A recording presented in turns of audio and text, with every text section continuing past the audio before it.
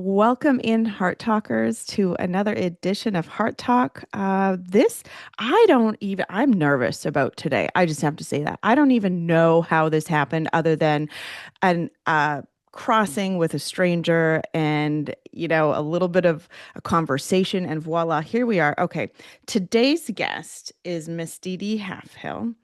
Now, listen, when I sat heart to heart with her on the couch back in Chicago in June, I was like, okay, we had a nice little chit chat. And what do you do? Okay, she's a retired Air Force colonel. What? Like, that's just not an everyday, ordinary job, especially as a woman. So I was like, okay, tell me more. So listen, I'm gonna let her talk about all of her journey, but I wanted to just quickly introduce her. So 25 years in the U.S. Air Force, served as a colonel, two stints in Iraq during high stake combat operations. Oh my gosh. I'm like, my nervous system is dysregulated even thinking about that, DeDe. Okay.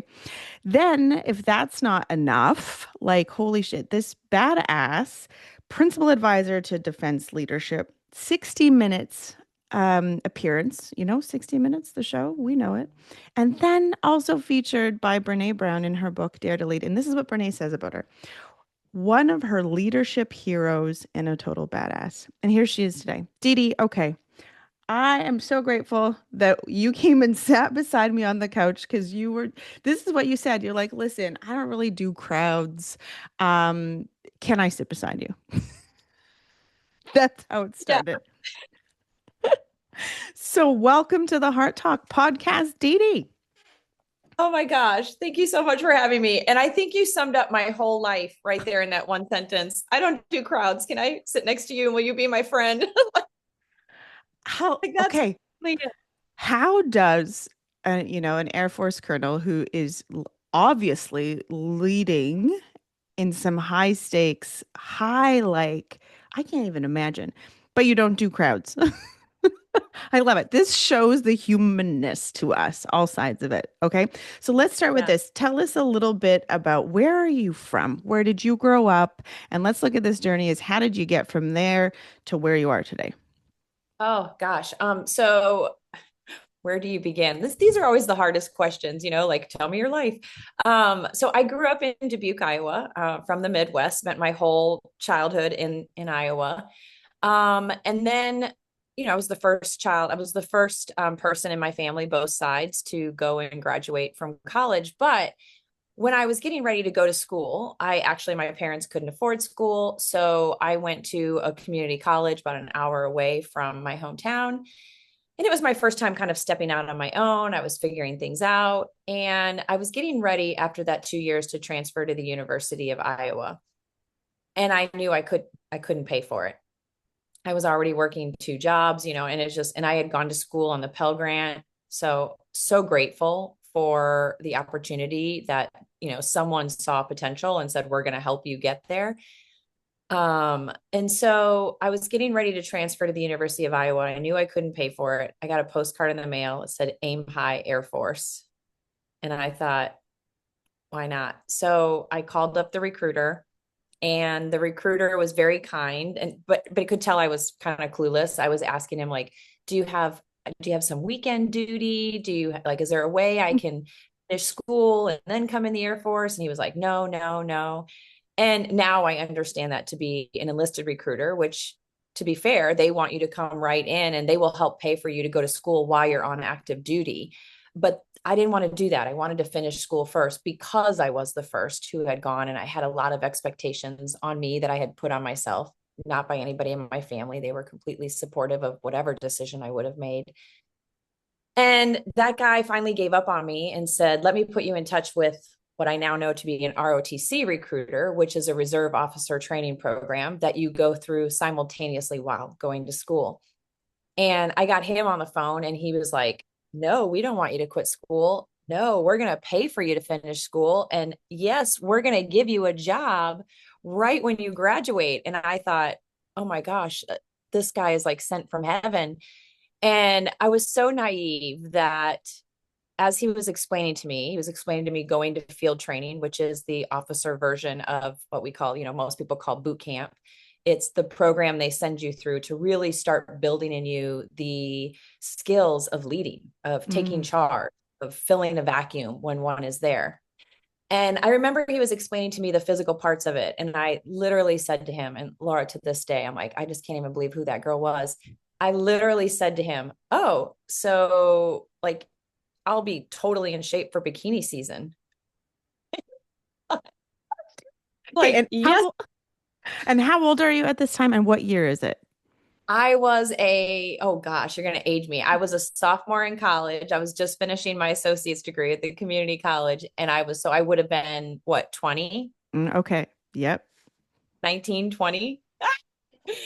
And I think of that moment all the time. I mean, almost on a daily basis, because that moment started a journey. And I really thought I would do 4 years in the Air Force and leave. But that moment started a journey that is, to this day, one of the best experiences in my life. And it has shaped me in every single way about who I am as a human, who I am as a woman, who I am as a leader. And I think it all started because I was like, oh, it's summer and we have a pool and I want to be in shape. And you got a postcard and you're like, I have to solve a problem. I want to go to school, but we don't have the money. And so I wrote this down here when you said, why not? So that one why not turned into, yeah, an entire journey. So, okay. So what Yeah. happens at boot camp? Listen, I've watched the movies. I have read the books. I followed David Goggins. I, so you have to do that whole boot camp thing. I mean, not to go into too much detail, but the different tracks within the military, enlisted and officer, both have an accession program where they put you through kind of the rigors to test you, right? They're testing you Right. physically, testing you emotionally, they're testing you mentally, and they're really starting to build in you the skills that each track needs. And Gotcha. so on the officer side, they're really trying to see, do you have the natural inclination to step up when there's a vacuum? And so, like for our program, they were constantly putting you in situations and not telling you who the leader was and not putting Mm. anyone in charge. Because what they wanted to see is, do you step up? When you step up, how do you step up? And what happens in the group when you step up? I don't Gotcha. know that deliberately are trying to do that, but like that's kind of how I think about it. And then when you don't step up, or if you don't step up, they're really helping you reflect on why. Hmm. And they're encouraging you. And sometimes that encouragement looks like you see in the movies, a little bit of tough love. Sometimes the encouragement is really encouragement. And they see in you, don't make me cry. We've only been on the call for like 2 minutes. They see in you something at that age you probably don't yet see in yourself. Yeah. Yes. And I think that when I think about my military journey, that is the overarching theme, like by a long shot, is it was a continuous journey of people seeing something in me I didn't yet see in myself. Mm. And isn't that the truth of what we need in life is to find a space, a place, a circle, and people who Yeah. can see in us what we can't yet see in ourselves. I love it. I love it. Yeah. And so you did, so 25 years, just like that. One postcard, one why not, talking about getting in bikini shape, and here you are. So can we Yeah. talk a little bit? Because I am curious. I am curious about this. Can we talk a little bit about what it was like through the lens of being a woman in the Mm, military? mm. How was that? Like, talk about some of the challenges.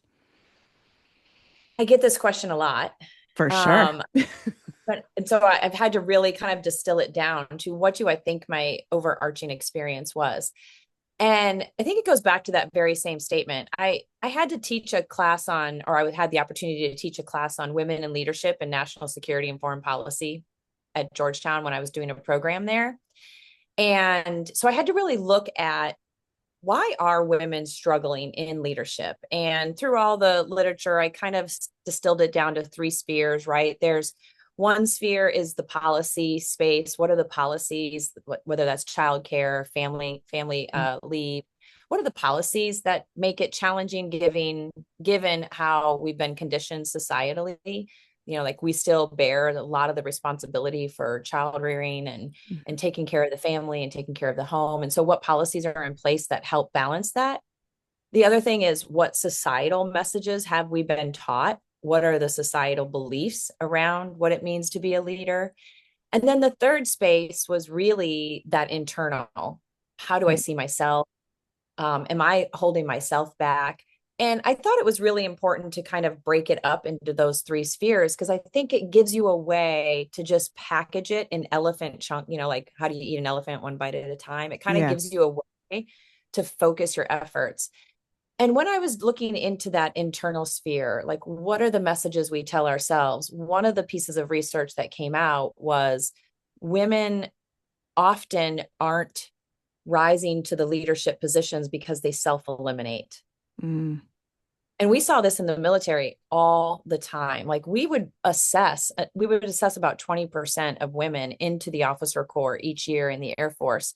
And at that 7 to 10 year point, it dropped off a cliff wow. because the women had come in, maybe they had met someone, they had started a family. And then there comes a point, especially in today's environment where dual income and with the military, that's really hard to have two competing careers.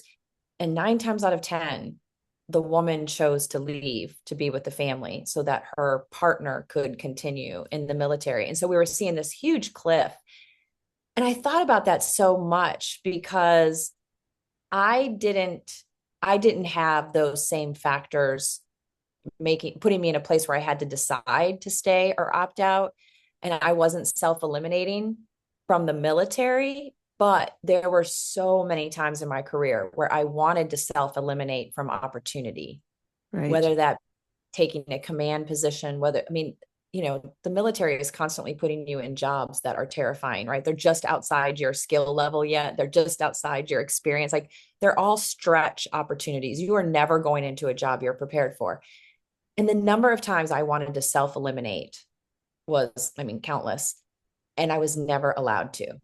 The Mhm. people that I worked with in the military, the sponsors I had, the mentors I had, the leaders I had the opportunity to work with, never let me self eliminate. And then sometimes, even when I tried, refused to accept it. Yeah. Like, no, you are doing it. You're doing it today. You're putting that package in. And I think about being a woman in the military, I think first and foremost about that. Like I was going along the same route as many, trying to self eliminate or telling myself I wasn't ready, telling myself I wasn't skilled enough. And the leaders I worked for said, no, not on my watch. Like you are Wow. going to, and you're going to try. And so I don't discount the fact that there are a lot of women who have had really hard experiences in the military. My experience was not that. Did I see it? Yes. Did I experience it sometimes? Sure. But it kind of goes back, or it kind of, for me, I often think about it in a way like we hear a lot these days in development, the story I tell myself. Hmm. We talk a lot about the story I tell myself is what's creating our reality, creating the meaning we're making out of things. And so when those things did happen to me, the story I told myself was never about me, it was always about them. Yeah, wow, that's profound. That this whole concept of women self-eliminating, we can Mm-hmm. take that on a broader scale, societally, outside of the military, and in so many different niches. And because there are other factors and nuances where we have a lot of exit ramp options, Mm-hmm. or not even, I wouldn't always say even options, but pulling at us as women. And that inner voice, that inner story, like you said, that we tell ourselves, I mean, that actually is what matters most. Right. And if you Mm-hmm. can Mm-hmm. eliminate the noise and if you can plug into that circle, like you said, those leaders that were like, not on my watch, you are not. Like you were made for more, right? That's Yeah. not my quote. We know that. But it's just like I just find it fascinating. So how do you get to Colonel? I'm not sure. Tell me, how do you get to that? I think I Because is think that like like high up? it's in the senior level of the officer corps. Right. Um I think about 1%, if you look at the numbers when they talk about accessions into the Air Force, accessions into the officer corps, about 1% make colonel. I could be wrong on that, so don't quote me. But to be honest, I've never looked at it as how do you get to that? Right. I think it's like anything in the world. You put in a lot of hard work.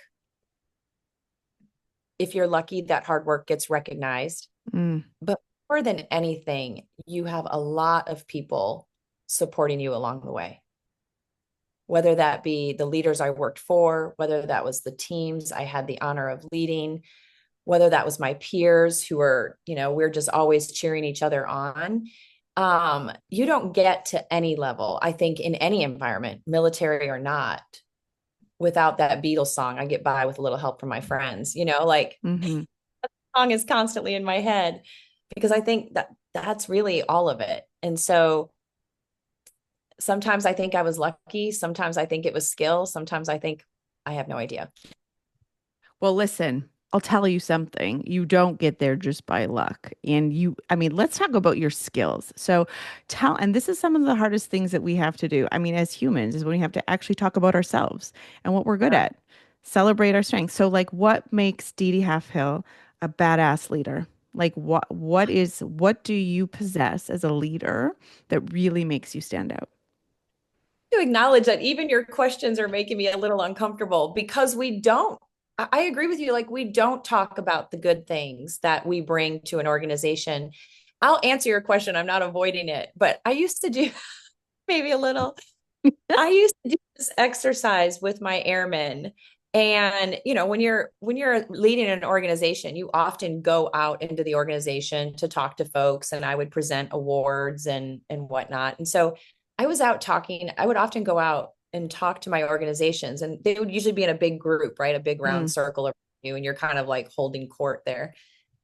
And I would ask them, I would call someone up. I would say, "Hey, Bob, come on up here," and Bob would come up and I would say, "What are the three unique things you bring to the United States Air Force?" And I would watch Bob, poor Bob. I always use Bob as the name, but I would watch this airman struggle and him and haw, and it was so uncomfortable. Mm. And then I would let them struggle for a little bit. And then I would say, "Do you want to phone a friend?" And they'd say yes. And I would say, "Okay, who in here can tell me what three unique skills Bob brings to the United States Air Force?" And I'm not kidding you, like, oh, here I go again. Um, every single time, people were shouting out the things they saw in Bob For and sure. the way Bob brought his magic, to that organization. And I can't tell you how many times the airmen standing next to me who might have struggled, how many times they teared up, Oh how man. many times I got notes from not only them afterwards, but notes from the people who shared about how meaningful it was to be able to say out loud in front of everyone the way that individual was contributing. How often that individual would send me a note and say, "I never knew how people saw me. Thank you so much for asking the question or letting me be seen." And you would watch them. There would be this moment where you would watch their body language just kind of stand up straighter, and you would watch their smile get bigger, Mm. and they would walk back to their place in the circle a completely different person than when I called them up, because they knew why they mattered and they For sure. knew what they were doing that was appreciated. And so I feel a lot like that airman right now. Like when you say badass and like tell me how you made it to colonel, I'm like, oh, I want to talk about myself. I just want to shrink into the corner in the room. Well, I'm gonna just suspect that one of the things that made you who you were and your rise to where you got was the permission to allow others to feel seen and to be vulnerable in ways that were still safe. You know, Yeah. we are gifted with, I think, physiologically as women, the reason that we are such great leaders is because we feel our feelings. And Mm. we're open to expressing them, and we are a little like we're healers and connectors just by nature. And I think in a little bit of grounding as well. But I'm going to ask you. We're not going to scare this. Three attributes, DeDe. Tell me Oh three of your goodness. strengths. Three I strengths, think DeDe. I I appreciate what you said that as women, we bring these skills somewhat naturally, but I always correct people because I had the opportunity to work around a ton of men. And I always say, when I got men one on one, they too had these skills. For sure. They had just not been given permission to practice them. In a way, Absolutely. we had been given permission, right? So you nailed it. We have been given permission. And I hope that we're watching society change and that men are taking back permission to do the same. Because I worked for almost all men, and it was those men who built me. It was those men who gave me Mhm. opportunity, So I saw men really lean into this space and do it in a way that was so powerful and still very masculine. So when I think about the three things that I think I do well. One, I think, I'm involved with the work of Dr. Brene Brown. And sometimes I joke around and say I was able to translate her work into a military context. Because I think a lot of women and now people, because she has definitely branched that divide, she's kind of taken that Mhm. bridge. When I think about her work, a lot of people naturally attribute it to women, but I only saw it because I didn't have kids, I wasn't married. I only saw this idea of vulnerability every single day in the context of war, in the context of a military environment, in the context Right. of men. And so I think I do a really good job of translating the emotional space that we have been given permission to play and practice. I do a really good job of translating that emotional space to environments that are predominantly male in a way that still feels authentic to who they are and Mm. to the authority they have, to the responsibility they carry. I can take these emotions and make them less messy and less soft and less scary, but really human. I mean, because I know it's there. I've seen it. Yeah. I all the time. And so giving them permission to practice it the same way we were able to practice it, but in a way that's authentic to them. I think I do that one really well. Two, I think when I've had more coffee, so maybe today is not the example, but I'm a pretty good communicator. Oh, you're fabulous. I could listen to you for, I was just thinking, honestly, this is how my ADHD brain works. I'm like, I wonder where she's speaking next. I'm going to fly down to the States and like just crash the party and listen to her on stage. That's what I'm thinking. You're sweet. You're sweet. I need more people to think that. No. And then the third thing I think I do really well is I love a good checklist. Mm, Uh, I think I'm very good at taking big problems and making them into small steps. yeah. And Doing the checklist is another thing, but I'm really good at creating a good checklist, like really shrinking things down to the steps that it's going to take. I love it. Okay. So you are, I looked at a couple of your like messages, your key messages, because now you have moved into executive coaching and keynote speaking. And you talk about, mastering the unseen. Mhm. And I read a little bit about that, looking at the emotional dynamics that often go unspoken in organization. And you would have had 25 years experience of that. Like I think it's have you written a book? No, can you help me? Yeah, well, I can listen, I can put you in touch with the people who are like masters at it.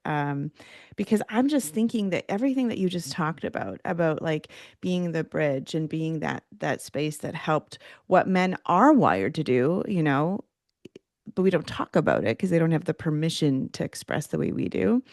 I just Yeah. think it's probably so fascinating, all of the stories and the spaces you got to share in, and how you got to see strengths being celebrated and vulnerabilities being shared. And I am sure there were heart-wrenching experiences that you had to walk both you and your teams through. And like, I can't even imagine. I'm just thinking, man, even this tagline that you use, everyday courage, man, that could be the title of a book. Maybe it already is, but not by DeDe Halfhill.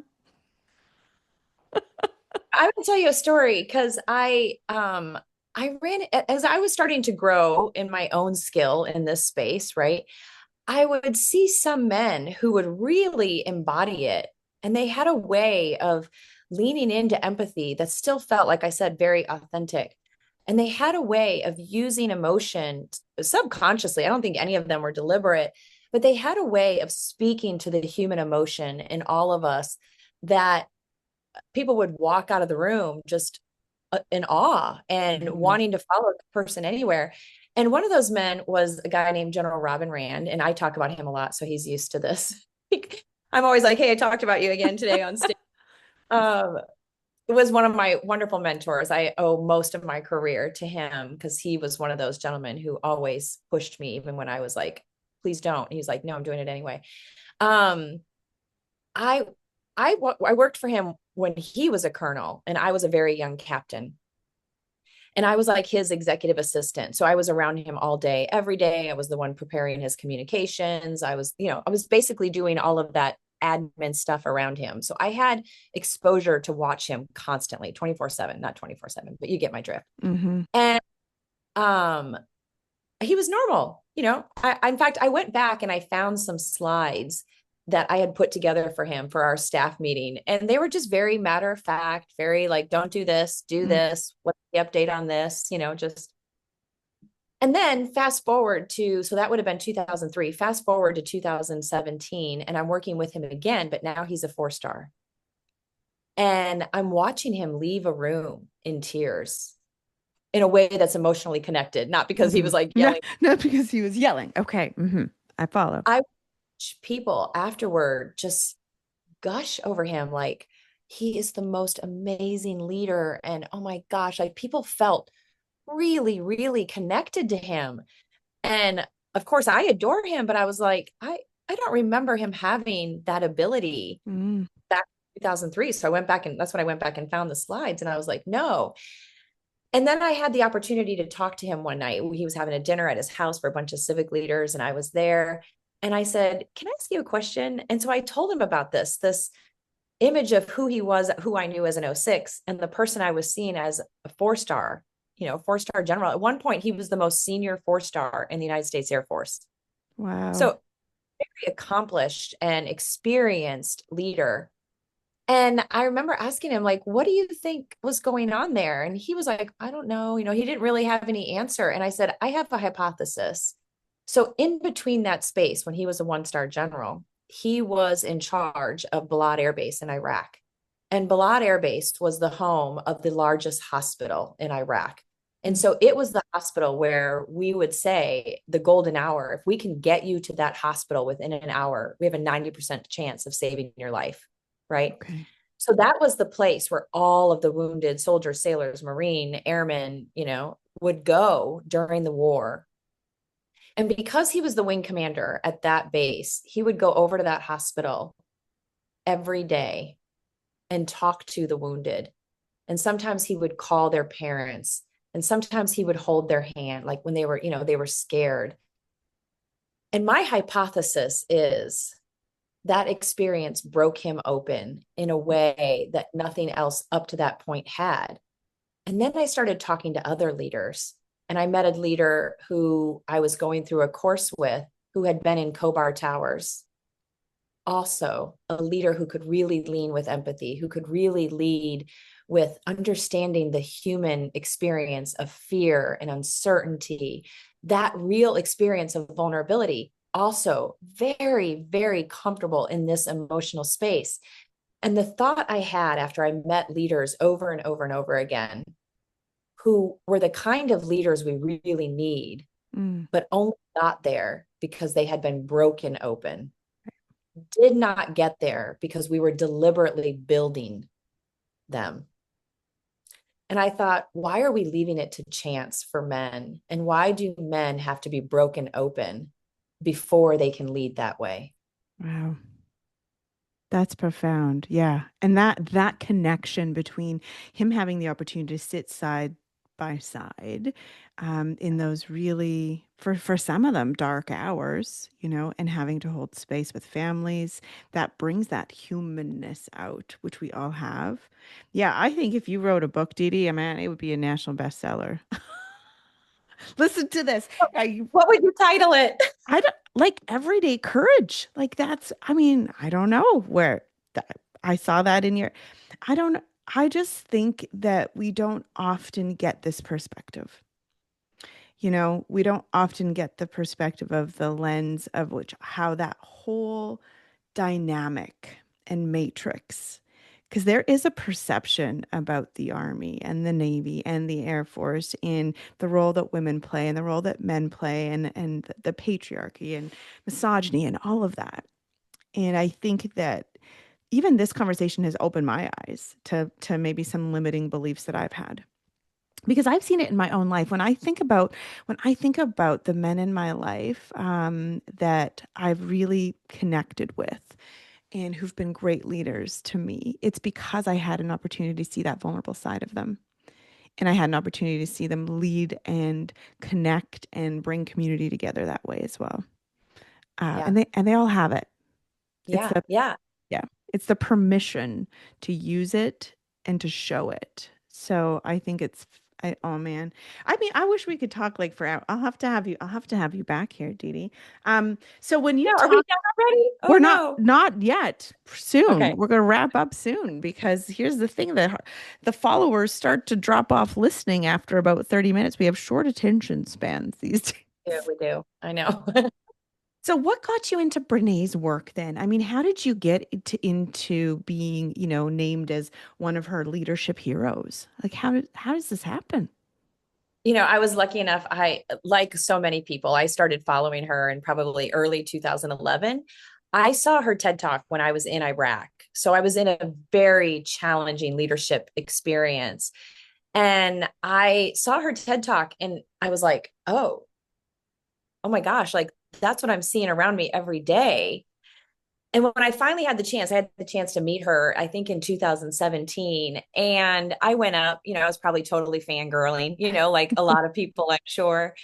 And I don't have it with me, but I carry this card in my wallet. And it was given to me by my second boss in the Air Force, a gentleman named General Renuart.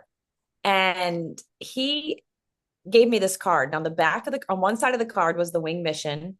And on the other side of the card was the Theodore Roosevelt quote, man in the arena. Mm-hmm. And I thought, that's who I want to be. I want to live my life bravely. And I know there's a lot of, there's some concern these days about that quote and whatnot. But I thought the way it spoke to me is I thought, I want to be big with my life. I want to be brave with my life. I want Right. to do hard things. Right. And I carried that card in my wallet. It's still in my wallet. So I've had that card in my wallet every single day since probably late 96, 1996. And if you remember, Brene and I think Daring Greatly used Mm-hmm. the quote, the arena. It might have been Dare to Lead. I might be mixing those up. But when I went up to meet her, I took out that card and I said, and of course there were lots of tears. And my leadership team was with me. My direct reports were with me. And there I am like sobbing. And I said, I've carried this card in my wallet every single day, and it has shaped who I want to be. But it wasn't until I came across your work that I had the language to understand what was getting in my way. Mm-hmm. And I said, with her, with your language, I've been able to understand how to navigate the fear. I've been able to understand the vulnerability when you've been knocked down and you have to get back up. I've been able to understand the vulnerability of listening to the critics, right? There's so many moments that her work gives us the language to understand. And so there I am, like crying, she's crying, everybody's crying. My team's just looking at me like, oh, here she goes again. This woman. Um, and I said, if you ever want to know what this work looked like in the military, I would love to share it with you. And so her team called me up and I shared a couple stories with them. And they used probably, I think, if I've done nothing else in the world, this story I know has changed lives because they've written to me to tell me and I don't think there's any greater gift than someone reaching out and telling you how you've helped them. Hmm. But the story, I'll just leave it for folks who want to go read it, page 58. Okay, I'm gonna go. I read the book. I've read her books, so I'm like, I don't know how I missed this story. Page 58 on Dare to Lead. In Dare to Lead, is Yeah. it? Okay, I don't know how I missed it. But it's a story about the language we use as leaders. And I was having a conversation with my airmen, and just to give you like a really quick snapshot, I asked them, they had told me they were tired, and I share this story in all my keynotes, but they had talked about being tired. And because I understood the power of language, I said, what if instead of asking you who's tired, if I were to ask you who's lonely, how many of you would raise your hands? Oh. And quarters of the room raised their hands. And because of the shift of one word, right? Mm. And what broke my heart most is, I'm sure most people are aware, like we're really battling an epidemic of suicide in the Yeah, DoD, in our veteran community. And we spend all of our time as senior leaders trying to reach these airmen, trying to get them to talk to us. And they avoid us like the plague, like I'm not sharing my problems with the colonel, right. don't make eye contact, or like avoid her in the hallway. Um, but as soon as I shifted one word, the entire game changed. They would come to me, they would seek me out. Ma'am, I'm lonely. What do I do? Ma'am, I'm struggling to make friends. What do you think? Like, ma'am, I would love to talk to someone. Can you help me talk to someone? Mhm. Like, completely shifted. I was no longer chasing them to try and understand and reach them. They were reaching out to me. And the number of people who have written me to say, that they didn't even know that that's what it might be. They didn't even Right. know, they didn't have the language to call it lonely. And in reading the story, they did. I mean, I've had people come up to me at events and say that they went and got help, that they went and talked to someone, that they reached out to someone. And I'm just forever grateful that she used that story, because I think I'm convinced it has saved lives. It absolutely has that one shift of one word. And then speaking right to their heart. I mean, I just can't even imagine. I'm trying to get my head there. I can't imagine what it'd be like to be isolated from my family, and in spaces and situations of terror and fear and no end in sight and uncertainty and everything that, all the leaders in it, talk about. Yeah, but I will tell you, I think I felt less alone when I was in those moments. I Wow. felt alone when I was back home and with friends. And so I think I understood it, right? That's why I was able to do Mm. Hmm. it. But I don't think we struggle when we're deployed. We actually have data that proves otherwise. We actually have data that shows suicidal ideation is more about being at home than it is about being deployed. And And there it, is no correlation to the suicide rate and deployments. They're just not connected. Because here's why: when we are deployed, we have a community. When we are yeah, deployed, sense of purpose, purpose. sense of shared vision and support. And it's not people who are in the military who reach out to me. It's actually people who are living their everyday lives, most around family, most in community, Ah, and are gotcha. feel connected. Yeah, that makes so much sense. So much sense. You take yourself out of that community connection purpose, then now what? And then everything that's in that invisible backpack. I talk a lot about that in my keynotes, all those emotions, experiences that are built up that maybe we haven't dealt with all of them. If we don't have any purpose, if we don't have that same community, then the backpack starts to unpack. Right. Yeah. Yeah. Wow. And so much work. I mean, that not my zone of specialty or expertise, but I absolutely am fascinated with learning more about it because you are right. And we talk about here in Canada, like that middle-aged men are amongst the most vulnerable for suicide. Yeah. Here in the States as well. Hmm. Yeah, that Yeah. silent epidemic, which is I go back to how I think it's just so fascinating that you have the experience and the language and the anecdotal evidence of what you experienced, seeing everything that you saw and holding space. I love it. So when you talk about emotional dynamics that often go unspoken in organizations, like when you're leading an organization or you're doing a keynote, what's the vision of the the message? What are you seeing in a lot of organizations outside of, let's say, maybe, the Army and the Air Force? Yeah. I mean, I don't spend my I haven't spent any time with DoD these days. I would love to, but I'm spending most of my time in corporate. And here's what I tell leaders, like here's the big bumper sticker. Mm-hmm. You can't address what you can't see, but what you can't see is affecting everything you can. And what that really means is that leaders, we have been trained and conditioned to really focus on the metrics. Let's look at revenue. Let's look at retention. Let's look at product timelines. And we're tracking these numbers and we think we're doing the job of leading because we're managing this space over here. But the reality is there's this huge undercurrent of emotions going on in our organizations. And if we don't, if we can't, if we avoid, if we feel unpracticed, if we feel unskilled at navigating that emotional space, then we're actually leaving all of this other stuff to chance. Mm-hmm. Because it is having more of an impact on the numbers than anything else. It is the numbers, but we're not navigating it. And here's the example I often give to people because I think for some reason this is really like boom. So again, Brene did some research and what she found is the number one shame trigger at work is fear of irrelevance. And shame at work shows up in the infighting, in the digging in, we're not doing that, in the gossip, like all these behaviors that show up, right? And so if the number one shame trigger at work is fear of irrelevance, and then I ask organizations, do you have any change initiatives going on? And I can't think of a single organization I've ever worked Mm-hmm. in that isn't going through some change Yeah. initiative.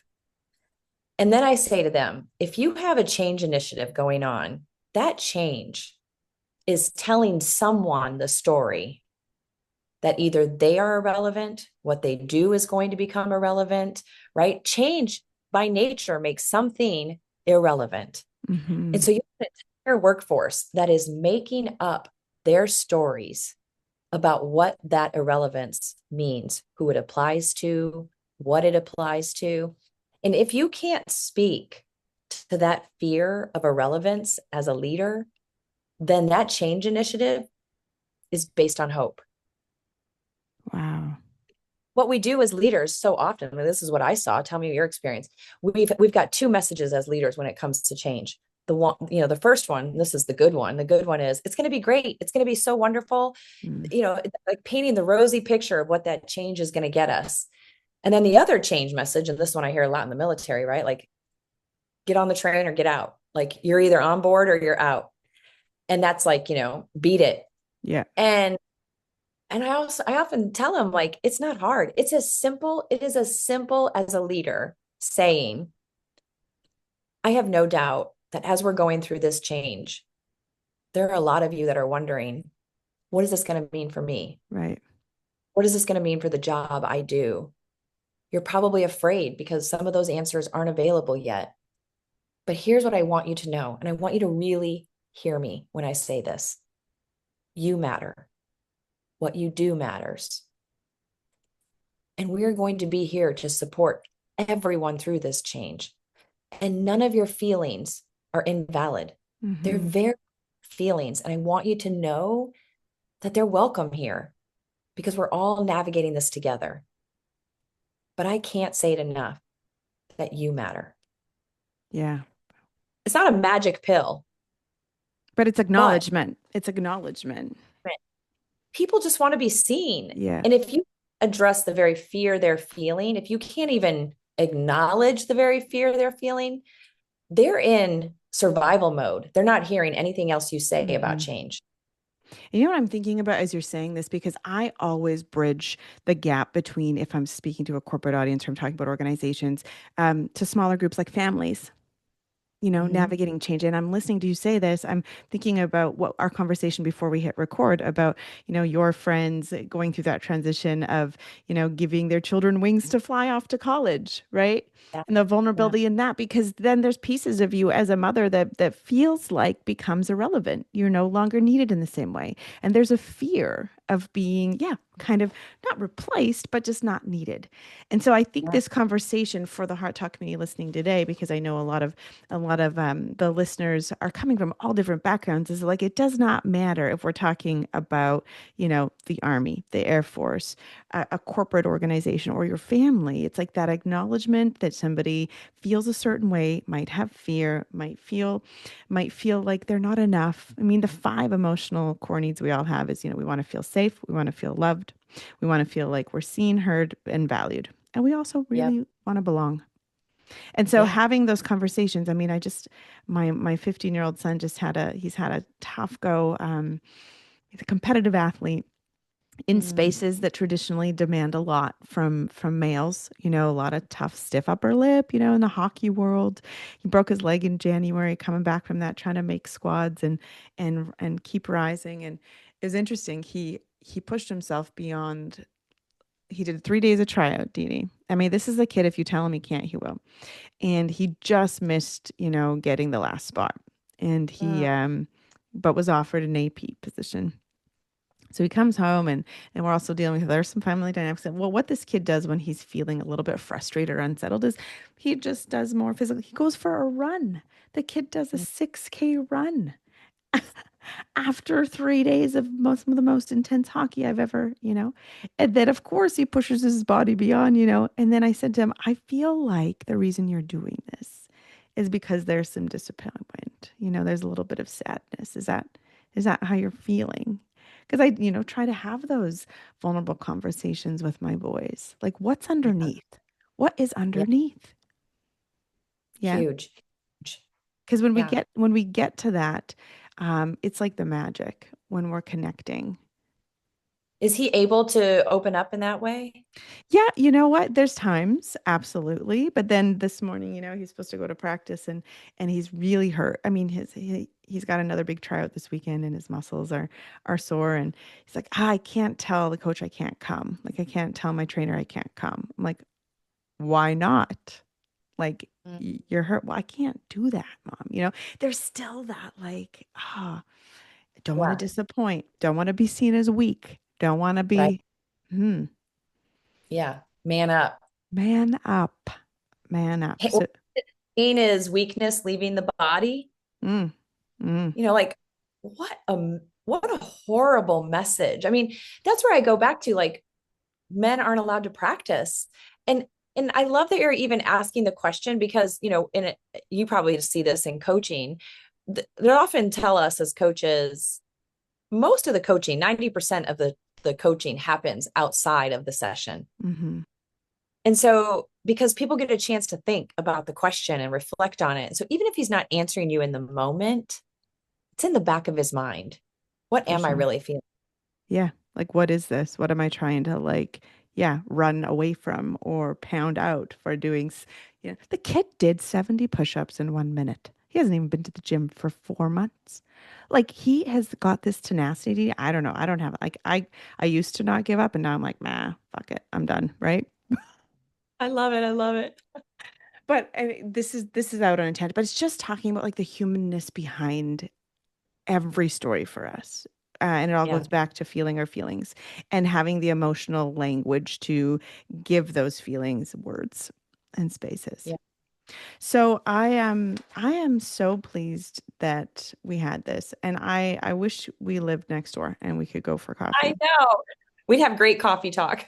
We would. And I know this isn't going to be the last time we chat. I'm so grateful. And I am going to be cheering you on, as if you ever write a book, I think you should. I mean, Thank you. Well, I told Melanie, Melanie and I are on WhatsApp, so we're going to have to build our own WhatsApp group. let's do it. Um, I told her I'm coming to Canada. Well, you got I to love come. You got to come beautiful. to Saskatchewan. Like, it's now in a famous song. Is that Chappelle Roan? I don't know what her name is. She's got this like song where she sings about Saskatchewan now. So we're going to be booming. I don't know. It could be a thing. But I'm going to go right to Dare to Lead, page 58. I already love hearing that story. It has been such a pleasure to have you here today. So, Having me. yeah, so inspired. And we're going to stay connected. We're going to be friends now. I mean, we I were, love it. but I knew we would the second I sat down next to you on the couch. yeah, I was like like, what? I have a spidey sense. She's my people. Why did you pick me? I know I feel so honored you sat beside me. And I think what you said is like you said something about like I want to move to Canada. Like, can I move in? Can I come live with you? I'm like, sure, let's talk. Like, let's see what. You were all so friendly, and like you were all just sitting in this group, like the Canadian cohort was sitting like on these couches, and I was like, this is what I miss. I miss community. Mm. And you all were so tight. And I was like, that's it. I've just now made myself a new member of your club. You can be an honorary Canadian, DeDe. We will let you. Love it. Thank you. Oh, well, thank you again so much. And yeah, we're going to stay connected again. It's such a pleasure to have you. Thank you. I would love that. All right. Now I got to find the stop.